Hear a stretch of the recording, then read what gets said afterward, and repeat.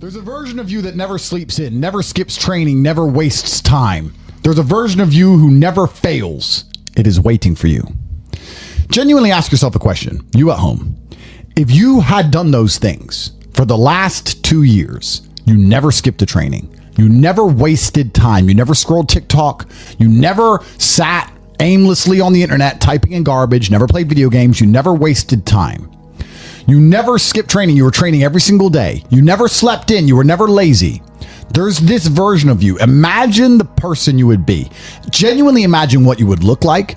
Imagine where you would live. Imagine the car you would drive. Imagine how much your woman would respect you. Imagine the love you would see in her eyes when she looks at you with adoration like a king. Imagine your existence. That person is waiting for you. And the only thing that's stopping you from being that person is your monumental laziness. You can have it. The universe is very giving. It will give you anything you work for. I've never seen somebody try for something with all of their might and not get it. The only people who do not have the things they want are the people who do not try for them. I've never seen a person wake up and say, my only dedication in life is to solve a Rubik's Cube and fail. You are not stupid. You are not incompetent. You are lazy and arrogant. It's extremely important you understand that that person is waiting for you and you are declining that version of yourself. In the multiverse, in the many different versions of the universe that exist, there is a version of you that does those exact things. And he is a greater person than you can even fathom. You can transform yourself into that guy. You can be a top G. That's exactly what I did. I knew who I was going to have to end up being before I became that person. My brother and I are not from rich families. We are not from advantaged beginnings. But I knew I had to be a big, strong, fighting billionaire. That's what I knew I had to be. Discipline is the key to success. If you cannot force yourself to do something you don't want to do, how are you ever going to put yourself through the suffering required for greatness? If you cannot force yourself to train when you do not want to train, if you cannot force yourself to work when you don't want to work, if you can't force yourself to not log into Pornhub or force yourself to eat right, how can you possibly ever become a monumentally successful person if you cannot control yourself long enough to do what must be done as opposed to what you feel like doing? The only people who get to live their lives based on how they feel are women and children. Children can cry because they feel like crying, as can a woman. A woman can start an argument because she feels like arguing, as can a child. A man must do what he is supposed to do irregardless of how he feels. That is the key component to masculinity, is discipline. If you do not have the discipline to dedicate yourself to anything, you are going to fail and be crushed by the people who can. If you only go to the gym when you feel like going to the gym, you're never going to be as strong as the people who go to the gym when they don't feel like going to the gym. That is a reality of life. So, I train every single day. I've actually heard from some people saying, you overtrain. And I explained to them, one, I don't believe in rest. I'm not you. I'm not pussy, and I'm not broke like you are, Mr. Fitness Trainer, standing around the gym teaching people for $50 an hour.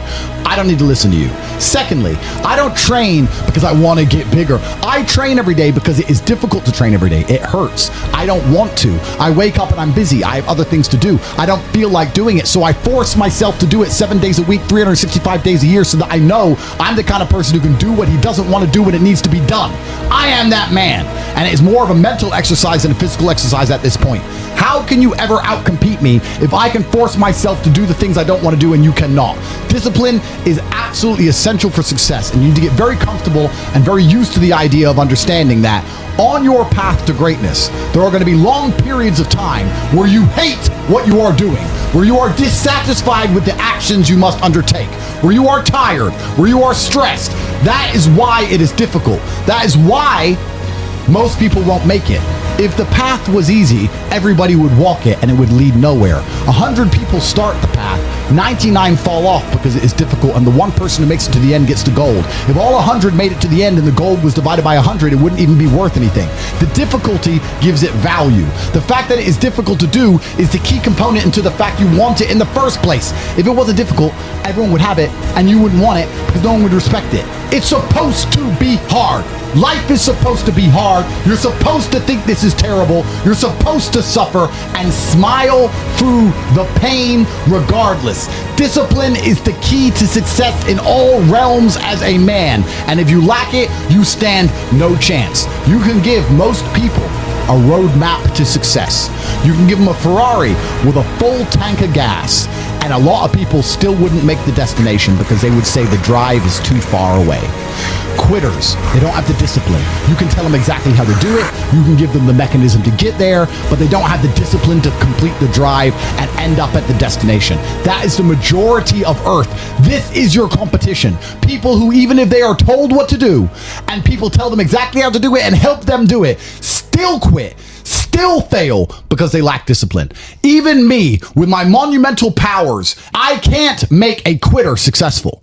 It doesn't matter how good I am. It doesn't matter how easily I make it for them to succeed. It doesn't matter how compendious and concise and powerful the real world is. It doesn't matter how much I text them and motivate them, how many emergency meetings I do to try and talk to them and hype them up, how much motivation I give them. It doesn't matter what I do. If they are a quitter, guess what they're going to do? They're going to quit. No matter how simple the map is to read, no matter how fast the Ferrari is, somewhere along the drive, the sun's going to get in their eyes, meh, meh, and they're going to sit there and go, I don't like this, this is hard, and they're going to quit.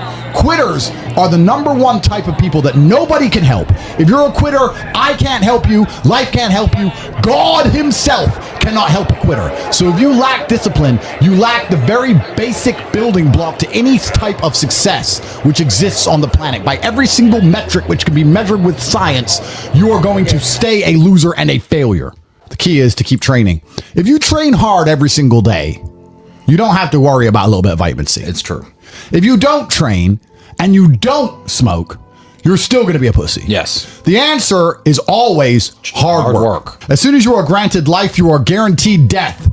What you do in between is up to you. You are all conscious. That could end tomorrow, that could end in 100 years. But the time between the beginning of your consciousness and the end of it is completely up to you. Training is never the wrong decision. If you're in jail, you should train. If you are free, you should train. If you are rich, you should train. If you are poor, you should train. If you smoke, you should train. If you don't smoke, you should train. If you drink, you should train. If you don't drink, you should train. You cannot escape that hard work is always the correct decision. There is no time in any scenario when working hard is going to be the wrong answer. You should always try your very best in all things. I will smoke 10 cigars a day and beat the shit out of you because I train harder than you can possibly fathom. Pain is an extremely important part of the equation. Pain is the elixir of success. When people say this bad thing happened to me and I'm suffering, I say good. It is pain which is required. It's one of the elements in the chemical reaction. If a chemical reaction requires 5 particular distinct compounds and you have 4 and you're missing 1, it simply doesn't work. Pain for a man is one of the most important elements in becoming successful. Batman is Batman because they killed his parents. If they did not kill his parents, he would not be Batman. You're supposed to suffer. You're supposed to take that pain. The worst thing that can happen to you as a man is you live a life with no pain in it. To be born into a rich family and have a nice, easy life and be given money, and you don't have to go to the gym and not have to train because you have bodyguards and sit around like a fuck up. You're going to be miserable and unhappy and a drug addict buying prostitutes. You're only going to have women who adore you. You're only going to feel confident in yourself and feel happy when you've been through hell and come out the other side. The pain is required, and you'll often notice that people who are better than you are people who have suffered more than you have suffered. So the person who is waiting for you, he requires your motivation. It also requires huge amounts of pain. So when bad things happen to you, do not sit at home and lament. Do not feel sorry for yourself. Instead, look in the mirror and say, thank you, God, for giving me one of the ingredients that is needed for the chemical concoction that is going to turn me into a superhero. Because pain is an extremely important one. In fact, it's one of the most important ones for a man. Everything is war. All of it.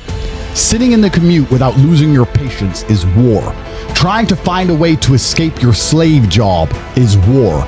Keeping your wife happy and your children inspired is war.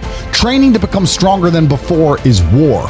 It is all war, and it cannot be avoided. And I'll tell you why it's war. Because war is two opposing sides trying to achieve the same goal. Two opposing sides want the same land or the same influence over X land. And the car you want, the Ferrari, you're not the only person who wants it. The reason it's so expensive is because others people want it. The girl you want, the beautiful woman, everyone wants her. It is war. It is competition. Everything about life as a man is war. It is conflict because you are competing against the other men who want it the same, which is why discipline is such an important thing, which is why you must take the pain and add it to the concoction to become as formidable as possible. Life is war. This idea that you can go through life as a man and avoid war is probably the biggest mistake that most men make, because it is impossible for you to achieve anything significant without war. Running a business is war. Running a hotel, running a restaurant, running an online company, it's war. Training is war. Life as a man is war. You need to wake up and view it exactly as what it is. Everything I want, other people want. Everything I desire, other men are trying to get. This is a war and I must outcompete them. That is the best possible mental model you can have. Even in jail, it was a war for who could stay most calm. A war who could control their mind the best. A war for who could suffer the least. That is war. I was surrounded by people who lost their minds and I refused. It was a battle and I was successful. Life in and of itself as a man is a never-ending struggle and a never-ending battle. It is the constant of the human condition. Evolution requires pain. While others complain that they do not feel happy enough, I'm happy I'm struggling. I don't want to be happy. I want to be great. This is the beauty of life as a man. Do you understand? I don't care. I'm happy to be struggling. I wanted to fight. You wanted to win. I wanted to fight. That's the difference. You're concerned with winning. I wanted to just fight. And we're fighting. That is the beauty of life as a man, to be great. If you concern yourself only with being happy, you are once again acting like a female or a child. Happiness is fleeting. It doesn't even matter if you're concerned only with the hedonism of happiness. You're going to drink alcohol and go to parties and go to festivals and take drugs. I want to be happy. Who cares? I want to be great. I want to be great all of the time. And let me ask you a question as a man at home, genuinely, truthfully. Would you rather be a loser who's always smiling, a happy loser, or would you rather be a stressed winner? Because I'll tell you something about winners. Most of them are stressed. We are stressed. We're stressed. Putin is stressed. Genghis Khan was stressed when his messenger turned up after a 4-week ride with updates from the battlefront of Iran. I'm sure he was stressed by what he read. Even if it was very good, even if it all looked fantastic, he started to feel stressed. Okay, well now maybe I need to go to Iran. How long is it going to take me to get there? Maybe we need to send more horses. Maybe we need to colonize Iran. He felt stress because the beauty of life as a man is to be great. So you have to sit here and ask yourself, do you want to be a happy loser that's insignificant? Nobody knows you exist. Women don't respect you. Men don't respect you. Nobody cares if you live or die, but you get to smile all the time. Or do you want to be one of the most important people on the planet with a little bit of stress? I am brilliant because I've decided to be brilliant. And if I have to sacrifice happiness to be brilliant, then that's fine. You know what the great thing about it is? You know it's amazing what God gives, how the whole world becomes full circle? If you stop caring about being happy and you start caring instead about being great, guess what you end up being? Great. Along with great. And you know what? Yeah, Happy. You end up happy if you forget about happiness and try to become great. You will never be successful if you're concerned about being happy, so forget about it. I like to consider myself a wise old man, and I'm trying my best to encourage and instigate a revolution amongst the youth where men take absolute self-accountability and they believe in themselves and they take responsibility for absolutely everything. As a man, you are most formidable if everything is your fault. If it rains outside and you get wet, that is still your fault. Can you control the rain? No. Could you have brought an umbrella? Yes. You need to blame yourself for all things, the good and the bad. And by doing this, you take absolute self-accountability, which allows you to build a mental model in which you will find solutions, 1. 2, avoid trouble because you know that anything bad happens to you is your fault. And 3, be the most fearsome competitor possible because we're living in a very competitive world nowadays amongst the elites. The people who understand that you're living inside of a fish tank are trying very hard to get out. And you have to make sure that you can outrun some of them if you want to escape. It's an age-old adage. If a bear is chasing a group of people, you do not have to be the fastest one. You just have to be faster than the slowest. The slowest person is going to die. So as long as you're ahead of the majority of people, you stand a very good chance of avoiding slavery. Being a powerful man isn't always about furious anger and instilling fear. As enemies attempt to attack your energy and lower your vibration, understand this: power is untouchable. Power may notice, but it doesn't care. Sometimes power is simply not giving a fuck. being a powerful man isn't always about furious anger and instilling fear, meaning sometimes it is. You need to retain the capability to instill fear with furious anger. A man who cannot do that is not a man. It is one of the cards you need to have in your deck.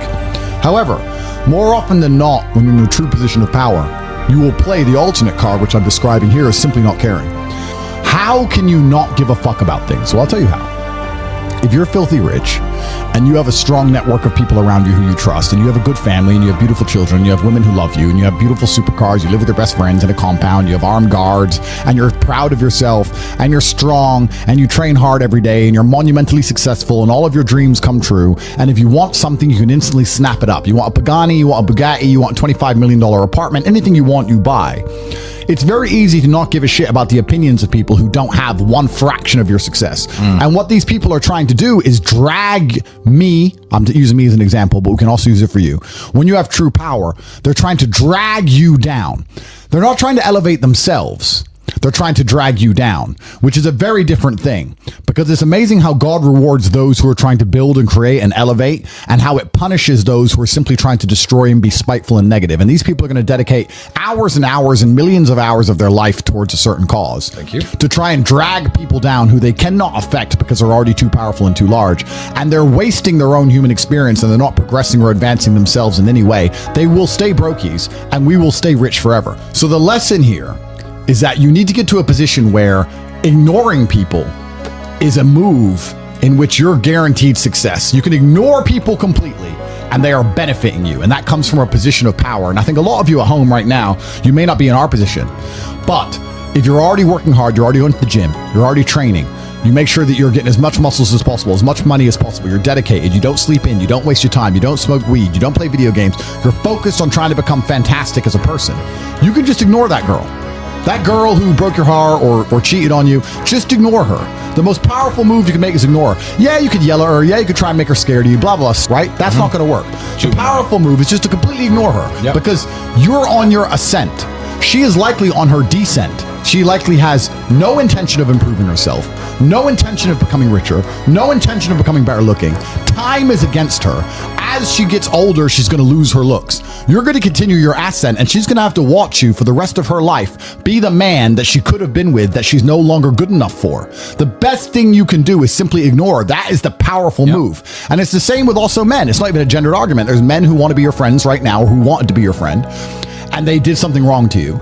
And if you're on the right path doing the right things, karma, God, the universe, whatever you want to call it, is going to teach them a lesson for simply failing to be a good person to you while they had the chance. But when you have a whole bunch of money, you take care of the people you love.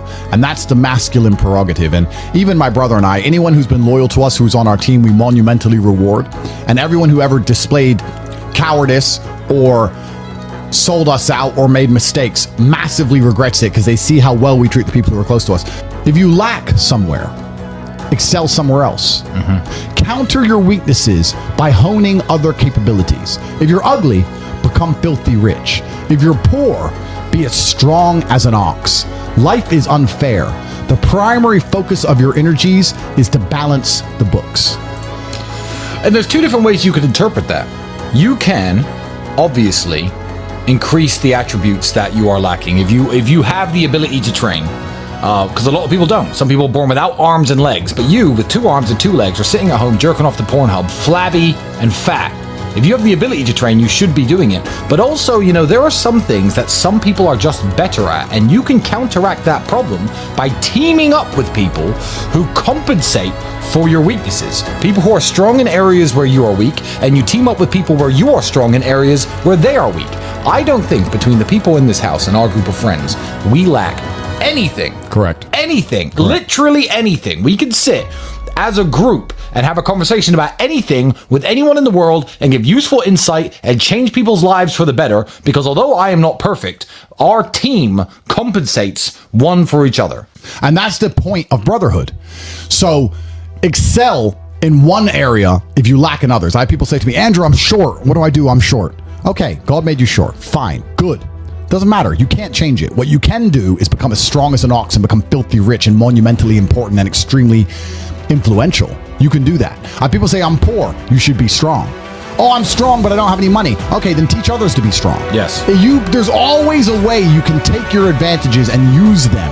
And by teaming up with other men, other people, you can build a team in which there are no weaknesses. So if you have a disadvantage, you also have somewhere God has given you a distinct advantage over others, and it is your duty to excel in that realm. It is your duty to become so monumentally influential and powerful within that specific criteria in which you have the capability to be brilliant, that your weaknesses no longer appear because they can be simply overshadowed by your network or overshadowed by your absolute competence. By constructing the correct mindset, you can be in the exact same scenario you're currently in, living the exact same life with a different mental model in which you view the world, and you will not only feel more powerful, you will be more powerful, you'll achieve more amazing things, you will be greater, you will be happier with the same car, the same woman, the same house, the same income, the same everything, but your mind changes the lens in which you view the world. Lenses change things. Rose-tinted glasses, perhaps dark glasses. You can put glasses on, change the lens, and you can view the world differently by changing how your mind is constructed and put together and the way you view the world. That is the point of mental Aikido.